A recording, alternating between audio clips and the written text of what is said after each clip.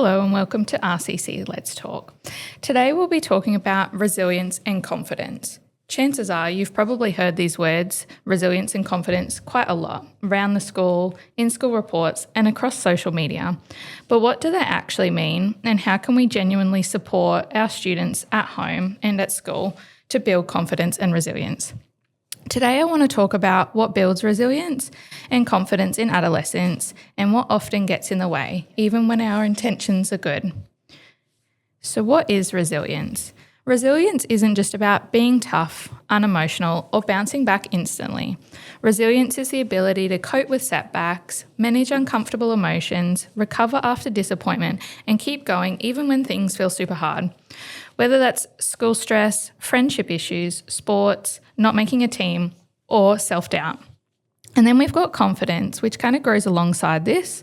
It doesn't really come from constant success. It comes from learning that we can persist through mistakes and challenges, even though it's tough and we probably don't really want to.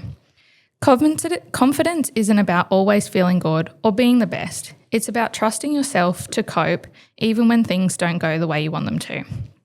And resilience and confidence are pretty important because we're kind of growing up in this world where there's lots of academic demands, socially intense demands, and a lot of online presence as well. So if your teenager feels overwhelmed at times, that doesn't mean that they're lacking resilience. So what does this mean for adolescents? So adolescents are kind of in this period of rapid brain development, or a really important period of brain development. In the teens, our brain is all about working and fine-tuning how the brain works. So at the moment, their prefrontal cortex is kind of one of the last things that matures. This area is responsible for skills such as planning, prioritizing, and making good decisions, and changes to the areas of the brain responsible for social processes. And this can lead teens to focus more on peer relationships and social experiences. The emphasis on peer relationships, along with ongoing prefrontal cortex development, might lead teens to make more risks because the social benefits outweigh the possible consequences of a decision. So this means that teenagers can feel emotions very intensely, but don't yet have the full capacity on how to manage them calmly.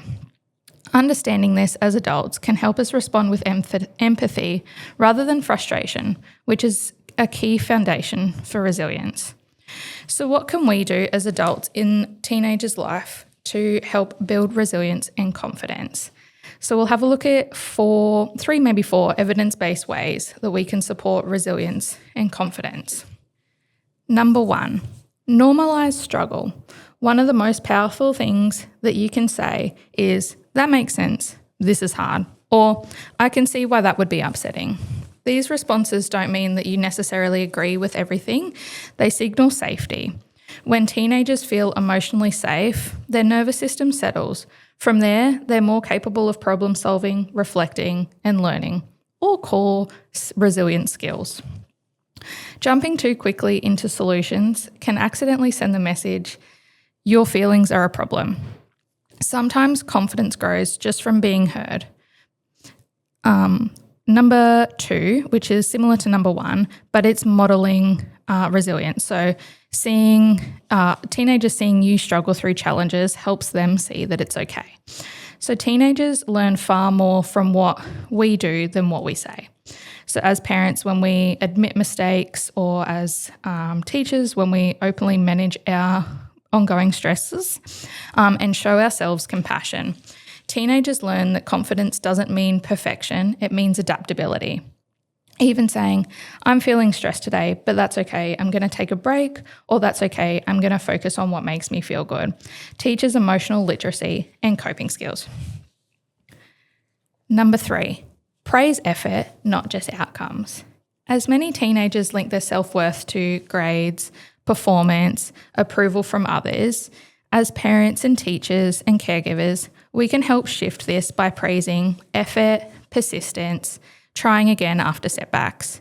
Instead of, you did so well, you got an A, we could try, I noticed how much effort you put into preparing for that. This helps teens build internal confidence rather than confidence that depends on external approval. Number four, let them experience manageable failure. And while this is uncomfortable for everyone kind of involved, and can be uncomfortable for us to watch. Our instincts are also to protect from discomfort, but resilience, unfortunately, is built through experience, not from avoidance. So if a teenager or a student forgets some equipment, doesn't make a sporting team that they tried hard for, or performs poorly on a task, this is where they learn problem solving, emotional regulation, and self-reflection. As long as they're safe, these experiences are valuable in teaching problem solving and emotional regulation, skills that are super useful beyond school. Support them through the feeling rather than removing the challenge. Sometimes low confidence and warning signs of low confidence can look like withdrawal. It's important to remember that low confidence doesn't always look like sadness. Sometimes it can look like irritability, frustration, avoidance, I don't care attitudes, and giving up quickly. These behaviours often protect teenagers from feeling vulnerable or failing. If this becomes an ongoing issue or you notice changes in mood, sleep, or behaviour, reaching out to your school guidance counsellor, local psychologist or youth support services, or your pastoral leader can make a big difference, because early support can also help build long-term resilience. So, for today's takeaways, let's have a look at some of the important points that we raised. Resilience is built through relationships, not pressure. Confidence grows through experience, not perfection. And your calm presence matters more than having the right answers.